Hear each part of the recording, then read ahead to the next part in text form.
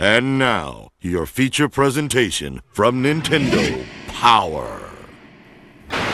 Because the music is so good, we're putting this music on a CD.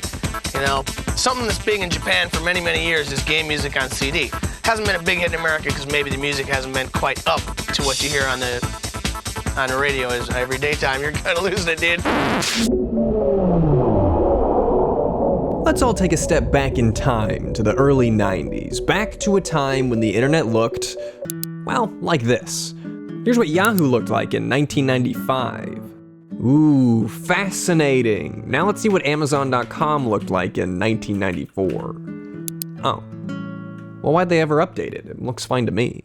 I'm just trying to set the stage for these VHS tapes here, trying to remind you of the time when you couldn't just log onto the internet and watch 1,000 videos of the latest gaming news and reviews. Picture yourself in a time when minute-by-minute gaming news wasn't prevalent, where developers and gamers weren't connected through social media, and when the vast majority of your gaming information was delivered in print, not in video form.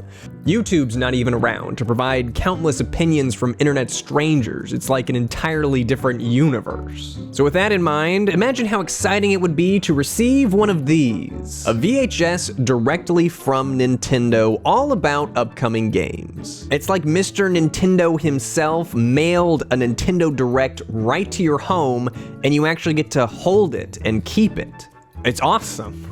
I've got 5 of the Nintendo VHS tapes, and although it's not a complete collection, it's plenty enough to talk about in a video. They were all sent to subscribers of Nintendo Power, and although I initially thought I remembered getting one of these tapes back in the day, I was never a Nintendo Power subscriber.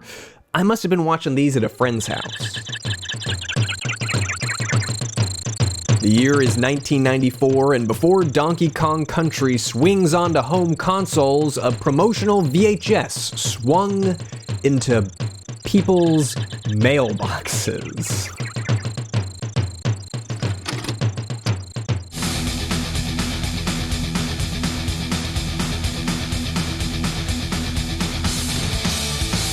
Okay, maybe we didn't need a time machine to go back to the 90s. Maybe we just needed to put this tape in.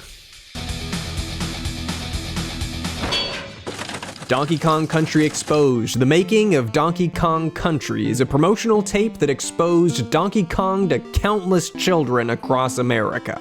Hey, big fella. Hey, there's Diddy. Diddy and Donkey. Oh, get out of the way, Diddy. How's it feel to be the prototype, fellas?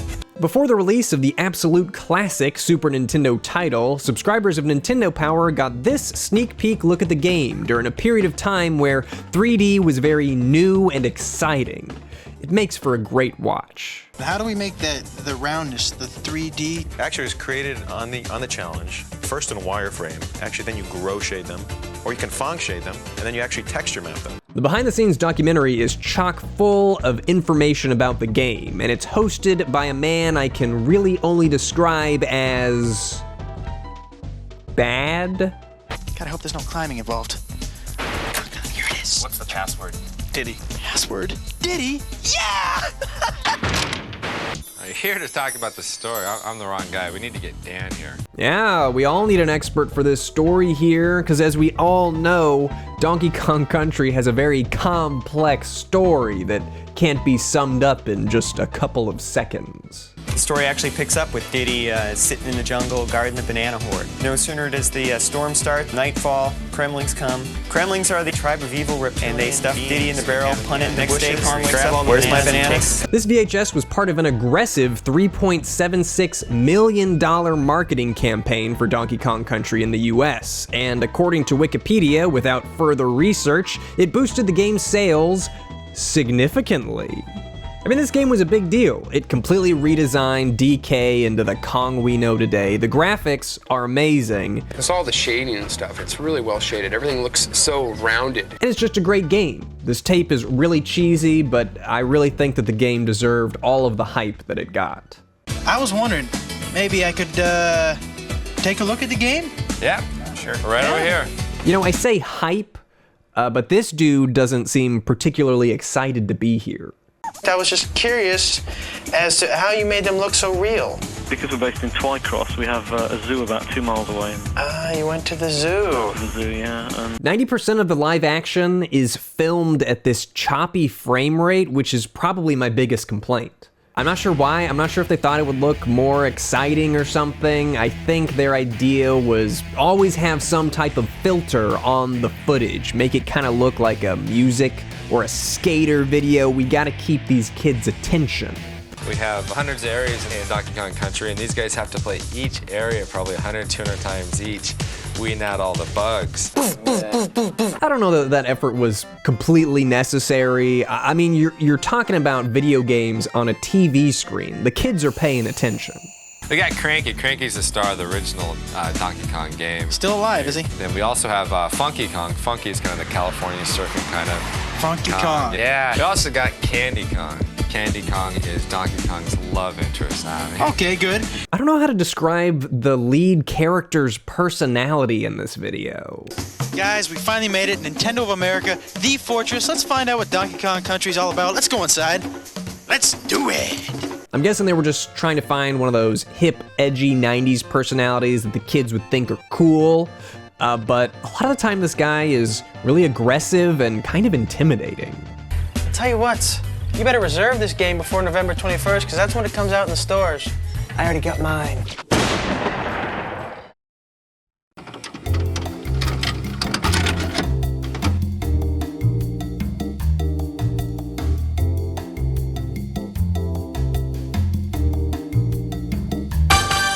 First on the scene, first with the news, last in the Journalists' Invitational Softball Tournament, this is Hot Topic. What is the budget for these videos? This one opens with a person furiously spinning a globe. Tonight, we uncover the real story surrounding Diddy Kong's latest adventure with never-before-seen footage obtained from Nintendo insiders. Is this supposed to be a news presentation? What kind of news intro has a guy furiously spinning a globe? Was that supposed to remind me of video games? The recent whereabouts of Diddy Kong have been a mystery. Until now. To get the story, we sent world-famous adventurer and thrill-seeker Dirk Monahan to catch up with the elusive chimp. This dubiously named news broadcast is all about one of my all-time favorite games, Diddy Kong Racing. Let's check in with our chief correspondent, Dent Chassis. Dent? Trent? Dent? Trent? Here's what we know so far. Unlike the last tape, which was set up as a behind-the-scenes documentary, this tape plays more like an extended commercial for a product you can't buy yet.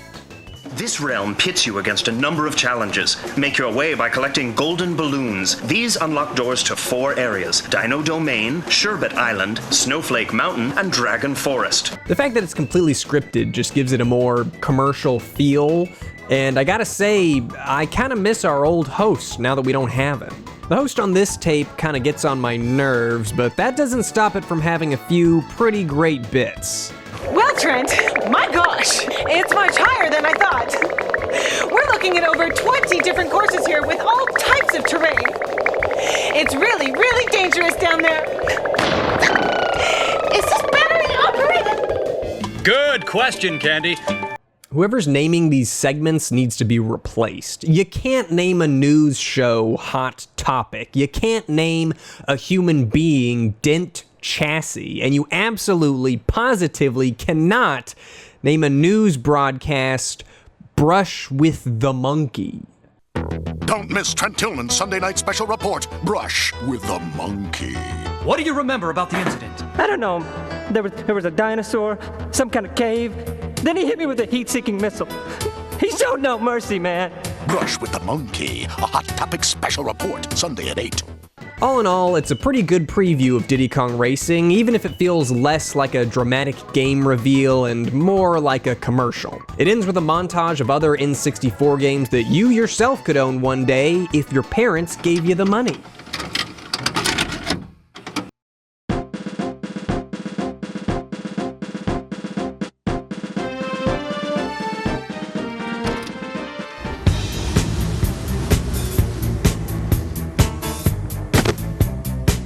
eagle has landed. Next up is possibly the most well-known tape in the bunch that I have to talk about today. It's a narrative-based preview for Nintendo's hit new game diaper service. I mean, Star Fox 64. This used to be my favorite video game. I was obsessed with the space theme, the branching pathways, the exciting rumble pack, but most of all, the characters. Star Fox 64 is the highly advanced combat game for the Nintendo 64. The Fox team includes Fox McCloud and his wingmen, Peppy Hair, Slippy Toad, and Falco Lombardi. The way they chat back and forth as you played, it was really like you were a part of Team Star Fox. The promo tape is a lot different from the game. What's this about? Quiet, bit boy. We'll ask the questions around here.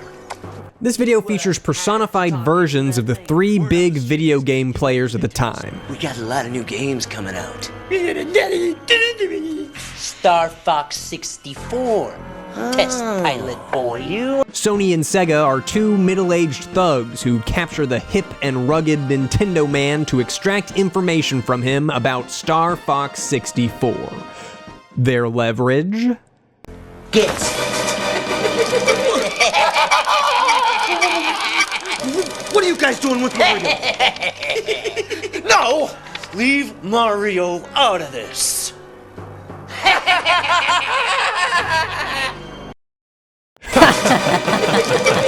The theming of this video is just excellent. I definitely prefer the corny narrative over a video just being a really long commercial. The actors are all hamming it up, and I especially love how inexplicably Canadian Sega is. Yeah, some beat-up B-52. Yeah, and you'd better tell us all you know. Check this out. This vehicle comes with all the latest cool moves. You can do barrel rolls, make U-turns, it can even do somersaults. Man, this commercial makes Star Fox 64 look awesome, which, I mean, I guess that would be really hard not to do. The one thing that the tape doesn't manage to make look good is the submarine level. And that's unsurprising because it's garbage. But I mean, even the Landmaster looks more fun than it actually is. It's a great promo. Sony and Sega end up kidnapping yet another Nintendo employee named Bob with a stinky pizza. What are you doing? No!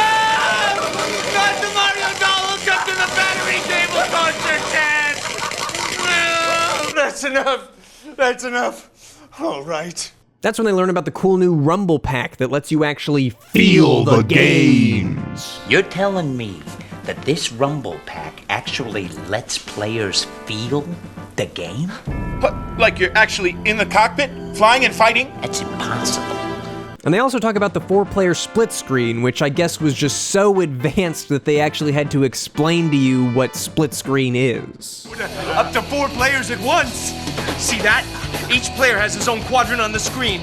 Like the other tapes, this one ends with a montage of other upcoming N64 games, including Zelda 64.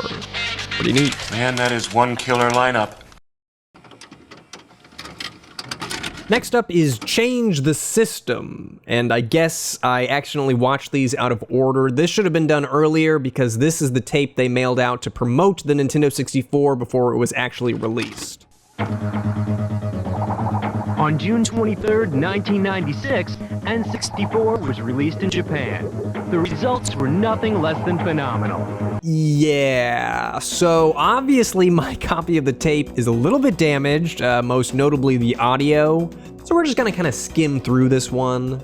The angle for this tape is that before the Nintendo 64 comes out, 3 of the best gamers in the country are gonna test it out for us, and we're gonna like watch, and that's fun.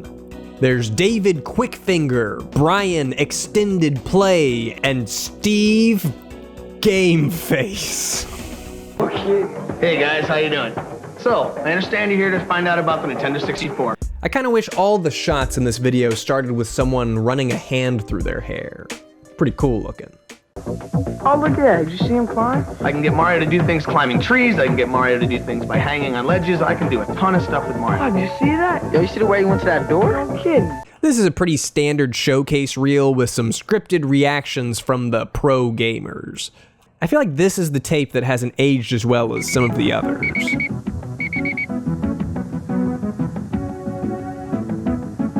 It features some really long clips of gameplay, which is great if you've never seen the N64 before, but it's not spiced up enough for me nowadays. I need some quick cuts, I need some sound effects, I need some— Trent? Hey, how'd you do that? Actually, it was pretty hard. We had a bunch of R&D guys with busted heads. There are some editing choices in here that I do enjoy, some really good edits that remind me of something that I would do in a food video. The only other interesting thing about this tape really is the Kirby Air Ride section. It only happens for a second. This was back when the game was supposed to be on the N64 before it was canceled and pushed onto the GameCube. Based on this footage, I'd say that was the right call.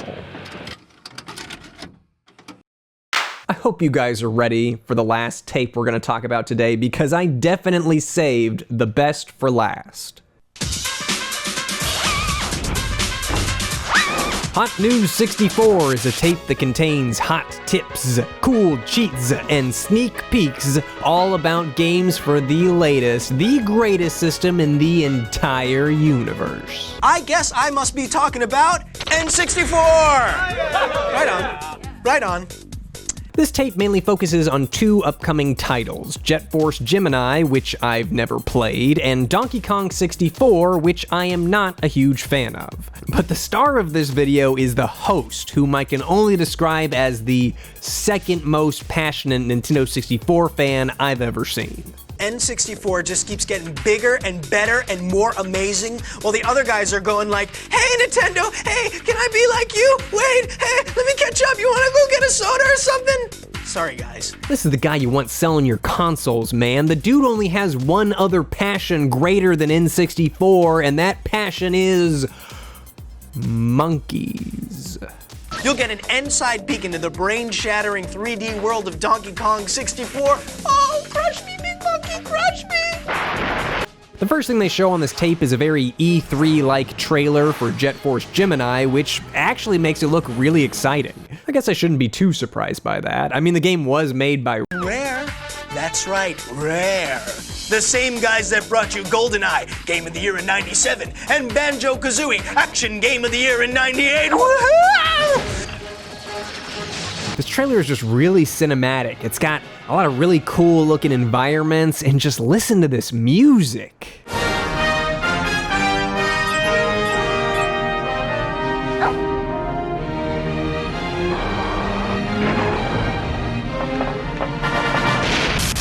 Is that stirring? I'm so stirred, I'm bug chowder. Oh, crush me, big monkey, crush me! They spend some more time going in-depth with Jet Force Gemini, so if you dug the trailer, there's a lot more for you to see. There are also a few Ask Dan segments. Ask Dan was a feature on the old Nintendo website where you could email questions to Daniel Olsen, a Nintendo man. In case you're wondering, that guy there is not actually Dan. He's Ask Dan, but he's not always Answer Dan. But then again, he's evil. Okay. Next up is the monkey of this guy's dreams. He's big, he's bad, he's back, and he's still wearing that tie. Can you say full-on 3D adventure spectacular? Can you say, crush me, big monkey, crush me?